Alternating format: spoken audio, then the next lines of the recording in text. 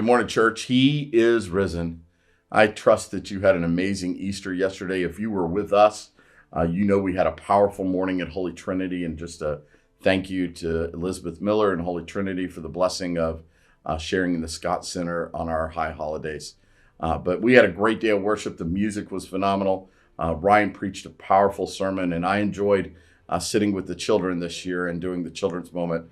So we're just super thankful for the Easter we had. But I thought it would be helpful for us today, the day after Easter, to think about what now, right? So I want to read the story, the first 10 verses out of John chapter 20, and then answer, or at least ask the question, what now? So it says this: early on the first day of the week, while it was still dark, Mary Magdalene went to the tomb and saw that the stone had been removed from the entrance. So she came running to Simon Peter and the other disciple, the one Jesus loved. I love this passage because the one Jesus loved is John, the author of this book, right? So it's a little bit self-serving. Anyway, so she comes to Simon Peter and to John, the one Jesus loved, and said, "They have taken the Lord out of the tomb, and we do not know where they have put him." So Peter and the other disciple started for the tomb. Both were running, but the other disciple outran Peter, that's John, and reached the tomb first. He bent over and looked in at the strips of linen laying there, but did not go in. Then Simon Peter came along behind him and went straight into the tomb. He saw the strips of linen laying there, as well as the cloth that had been wrapped around Jesus' head. The cloth was still lying in its place, separate from the linen. Finally, the other disciple who had reached the tomb first also went inside. He saw and believed. They still did not understand from Scripture that Jesus had to rise from the dead. Then the disciples went back to where they were staying. All right, so this is that first moment. So again, I love this text because John, who's the author, paints himself in this text as better than Peter a little bit, the one Jesus loved, the first one of the tomb. But I want to point out it was Peter's boldness that didn't stand at the tomb entrance. Peter went inside. He led the way for the younger disciple John to come.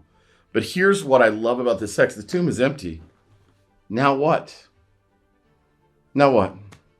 What do you do with your life post-resurrection? Once you have received the gift of life that comes from an empty tomb, when you move from death to life, what now? What do you do now?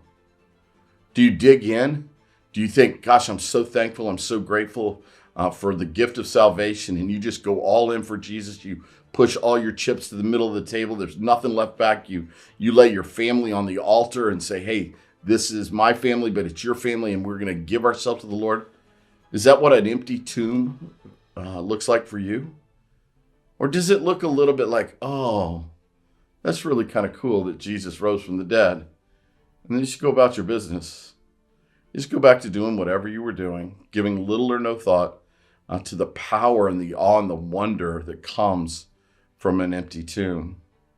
You know, one of the things Protestants believe strongly is in the power of an empty tomb. We don't leave Jesus on the cross. We take him down, we put him in the tomb, and then the tomb is empty, signifying to the power that is passed on to us through resurrection. So when we believe, when we come to Christ, the same power that delivered him from the grave, that same grave-robbing power now resides inside of us. So when I think about the question about what now, man, I want to put that power to work. I want to go to work serving my Lord in everything I do out of a response. So again, I think it's important for us to understand that the gospel demands a response. The empty tomb demands a response. What do you do with that? Right? So I think as we think about Easter and the fact that it's a one-day celebration of a lifetime event, that we don't get caught up in the one-day part, but that we get captured by the whole event. That we understand Easter is what takes us from the brokenness of our sin and delivers us to the throne room of grace and the presence of Jesus when we die. But more importantly, the empty tomb begins now. Everything that happens after John chapter 20, the entire books of Acts, all of Paul's letters, the letters to John and to Peter, all those letters, all of that is what happened after the empty tomb. We got work to do. So I pray that here we are one day after our celebration of the resurrection, that you're ready to chop some wood, that you're ready to go to work, that you're ready to say, send me, Lord. I'm ready to go because you love me so much that you died not only for me, for the entire world, and that we're ready to now respond in faithfulness and obedience to your call to be like you. So church, I hope you've had an amazing Easter. Know how much we love you and we love sharing the gospel together as we move about our community. Have an awesome week, and I'll see you again next Monday.